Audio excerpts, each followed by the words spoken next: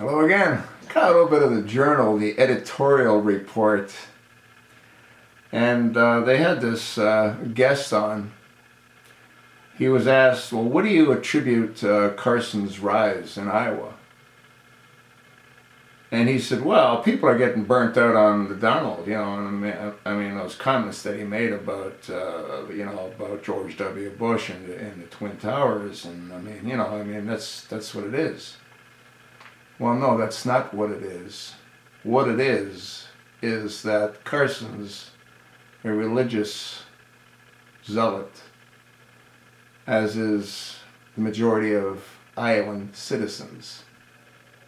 It has nothing to do with the comment that Donald made, because all he said was the Twin Towers came down on George W. Bush's watch. Now, how is that anything derogatory against George Bush?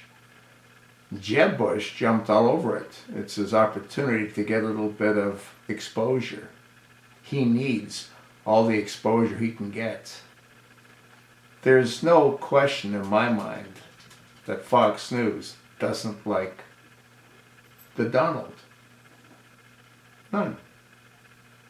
They attack him whenever they have an opportunity to do so. And it's endless. And they keep bringing up things that aren't real. The American people aren't stupid. They know what Donald said. He didn't say anything at all other than the towers came down on George W. Bush's watch. What he should have said is that George W. Bush got us into a war that's still ongoing. What he should have said is the reason he got us into that war is because Saddam Hussein took out a contract on his father. What he should have said is, 40,000 men and women came back leaving body parts all over Iraq. What he should have said is thousands of people died in a war that wasn't necessary. That's what he should have said, but that's not what he said. All he said was that George W. Bush was president when the towers came down. Now, is that not a true statement?